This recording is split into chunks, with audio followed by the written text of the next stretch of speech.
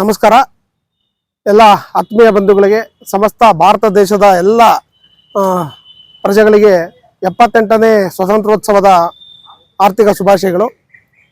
ಆತ್ಮೀಯ ಬಂಧುಗಳೇ, ಈಗ 78 ವರ್ಷಗಳು ಗಡಿಸಿ ಹೋಗಿದೆ. ಇವತ್ತು ಭಾರತಕ್ಕೆ ಸ್ವಾತಂತ್ರ್ಯ ಬಂದು 78 ವರ್ಷಗಳು ಇವತ್ತು ಗಡಿಸಿದೆ.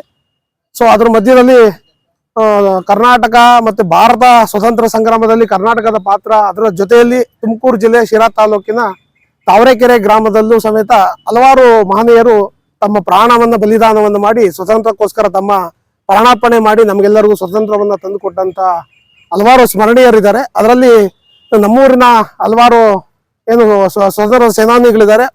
ಅದರಲ್ಲಿ ವಿಶೇಷವಾಗಿ ತಾರೇಗೌಡರು ಅವರು ನಮ್ಮ ಶಿರಾ ತಾಲೂಕಿನ ಮೊದಲ ವಿಧಾನಸಭಾ ಕ್ಷೇತ್ರ ಏನು ಪ್ರಾರಂಭ ಆಗುತ್ತೆ, ವಿಧಾನಸಭೆ ಪ್ರಾರಂಭ ಆದಾಗ ಮೊದಲನೆಯ ಶಾಸಕರಾಗಿ ತಾರೇಗೌಡರನ್ನ, ಅಂದ್ರೆ ಆಗ ಜನಪ್ರತಿನಿಧಿಗಳನ್ನ ಆಯ್ಕೆ ಮಾಡ್ಬೇಕಾದ್ರೆ ಆಗ ಸಾರ್ವಜನಿಕವಾಗಿ ಜೀವನವನ್ನು ಮಾಡುವಂತಹ ಸಜ್ಜನರನ್ನ ಪ್ರಥಮವಾಗಿ ಆಯ್ಕೆ ಮಾಡ್ತಾ ಇದ್ದರಲ್ಲಿ ಅದರಲ್ಲಿ ತಾರೇಗೌಡರು ಮೊದಲನೇ ಶಿರಾ ವಿಧಾನಸಭಾ ಕ್ಷೇತ್ರಕ್ಕೆ ಅವರು ಸ್ವತಂತ್ರ ಹೋರಾಟಗಾರರು ಎಂಬ ಕಾರಣಕ್ಕೋಸ್ಕರ ಅವ್ರನ್ನ ಶಾಸಕರನ್ನಾಗಿ ಆಯ್ಕೆ ಮಾಡ್ತಾರೆ.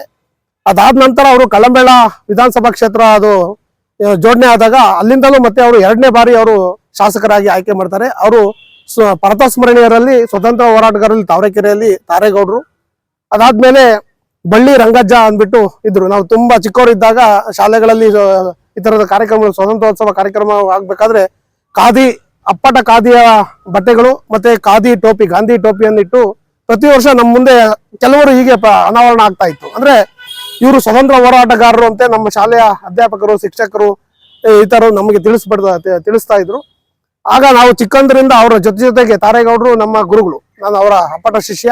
ಅವರು ಕೊನೆಯ ಕ್ಷಣದಲ್ಲಿ ಸಮೇತ ಅವ್ರ ಜೊತೆ ನಾನಿದ್ದೆ.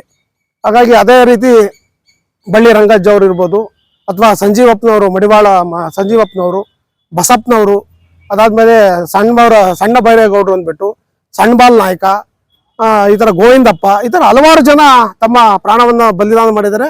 ಸೊ ಇದು ತಾವರೆಕೆರೆಯ ಕಥೆ. ಆದ್ರೆ ಅದೇ ರೀತಿ ಶಿರಾ ತಾಲೂಕಿನ ಹಲವಾರು ಗ್ರಾಮಗಳು, ಕಳ್ಳಂಬೆಳ್ಳ, ಎಲಿಯೂರು, ಚಿಕ್ಕನಹಳ್ಳಿ, ಈ ತರ ನಾವು ಕಳೆದ 75ನೇ ವರ್ಷಕ್ಕೋಸ್ಕರ ಇದೊಂದು ದೊಡ್ಡ ಅಮೃತ ಮಹೋತ್ಸವಕ್ಕೆ ಎಲ್ಲರ ಒಟ್ಟಿಗೆ ಒಂದು ಕಡೆ ಕರಿಬೇಕು.